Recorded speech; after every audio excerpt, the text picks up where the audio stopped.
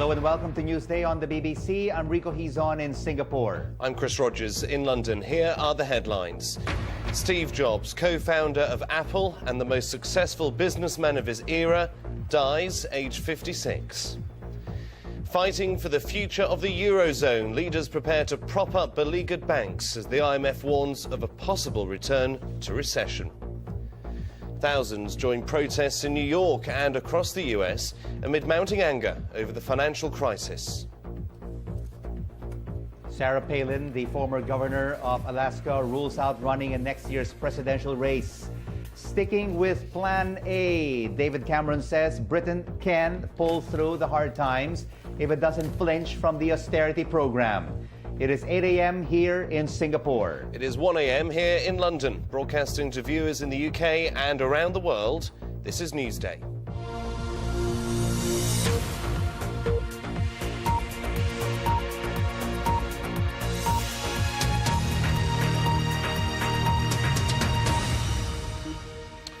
Well, we start this hour with some breaking news. It was announced just a short time ago that the co-founder of Apple, Steve Jobs, has died. He was 56. In the 1970s, he helped bring the world personal computers. More recently, he was responsible for the iPod, iPhone and the iPad and has built Apple into the world's most valuable company. He'd been battling a rare form of pancreatic cancer. We're going to make some history together today. January 2007 and a classic Steve Jobs performance. A simple product launch turned into a major event by a man with a sense of theatre and a charisma rare in the technology world. Good morning, Starbucks. How can I help you? Yes, I'd like to order 4,000 lattes to go, please. No, just kidding. The iPhone was, after all, just a phone, but its success was the latest triumph of a company which showed that good design was essential to good computing. The Apple story started at an amateur computing club, where in the early 70s Steve Jobs met Steve Wozniak, and they were soon working on their first computers. The Apple I looked a simple affair. The Apple II had graphics and eventually a colour screen. It was Wozniak who brought the engineering expertise, but it was Jobs who had the drive to turn Apple into a business. He wanted a company. He wanted it to be successful. Everything it takes, phone calls and talking to people, finding out what else is going on, getting ads made, all the work that it takes to really just have a company that has a meaning and a vision. We shall prevail. On January 24th, Apple Computer will introduce Macintosh. It was in 1984 that Apple really changed the world with the launch of the Mac, the first personal computer to be navigated via a mouse. Steve Jobs' business was becoming more professional, hiring a senior executive from Pepsi to run the firm. He looked up at me with these very penetrating eyes. He said, "Do you really want to sell sugar water for the rest of your life? Or do you want to come with me and change the world?" But the partnership was to be short-lived. As Apple hit choppy waters, John Scully forced Steve Jobs out of the business he'd founded. To infinity and beyond! Away from Apple, Steve Jobs made a very astute investment, buying Pixar, the animation firm which went on to create films like Toy Story in a partnership with Disney. Pixar made Jobs rich, but in 1997 he returned to Apple, whose very survival was then in doubt. It was the iMac which signalled a resurgence, a computer which broke the mould by not looking like a beige box. But it was the arrival of the iPod that showed that Apple could move beyond computing. There'd been other MP3 players, but it soon dominated the market and built Apple a powerful position in the music industry.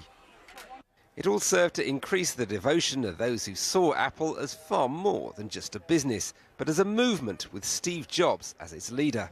Well, Steve Jobs is kind of the cult leader of Apple. He's the figurehead behind it all. He is Apple. He was the man who cared about what products looked like, not just what they did. Steve Jobs, a visionary who saw the power of digital technology to change the way we live. Steve Jobs there. Well, we've just received a statement from Apple's board of directors. I'll read it to you now. It says, "We are deeply saddened to announce that Steve Jobs passed away today. Steve's brilliance, passion and energy was the source of countless innovations that enrich and improve all of our lives. The world is immeasurably better because of Steve. The statement goes on to say his greatest love was for his wife, Laureen, and his family, and our hearts go out to them and to all who were touched by his extraordinary gifts. That just in from the Apple Board of Directors. Let's talk more now about the death of Steve Jobs, the co-founder of Apple. Joining me from Los Angeles is our correspondent, Peter Bowes. Peter, that statement pretty much says it all. He touched everybody's lives in a very special way, maybe not such a personal way. Yes, he did. He was, as we've already heard, he was the charisma behind so many of Apple's products. He wasn't just the showman, the front man who would announce all the different developments. And, of course, sadly, he wasn't there just yesterday when the latest version of the iPhone was announced. But his announcements on similar occasions are legendary. The way that he would put his enthusiasm and his understanding for the product up there for all to see. He wasn't just the guy at the front, he was a backroom man as well, and he understood the technology better than anyone. We heard from somebody who's just been interviewed on the street in that report earlier saying he is Apple. I mean, that's the problem for this company now, isn't it? Without Steve Jobs, what is Apple, despite the incredible legacy and inventions and innovation he leaves behind?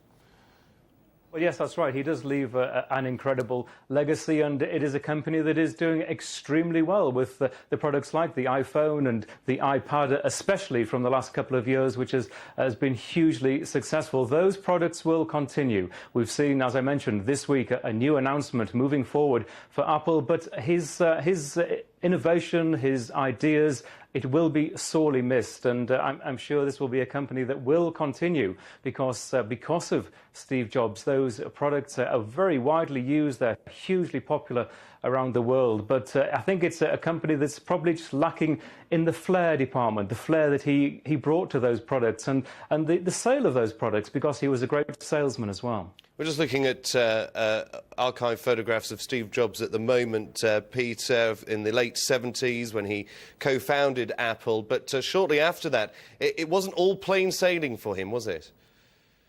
Well, no, that's right. He was in and out at Apple, and we heard just a few seconds ago that he was also part of Pixar, the hugely successful animation company from that part of the world as well, from Northern California. He was a man of many parts, and of course, most recently, he has battled those health problems. 2 years ago, having the liver transplant, a few years before that, having his first bout of cancer, and he will be remembered by a lot of people for the statements that he made at the time, some of the speeches that he made. He always certainly looked on the brighter side of life, and he was grateful for what he had and for what he'd achieved, and he certainly encouraged a lot of people who actually were going through similar health problems as he was, that they saw him as a source of inspiration.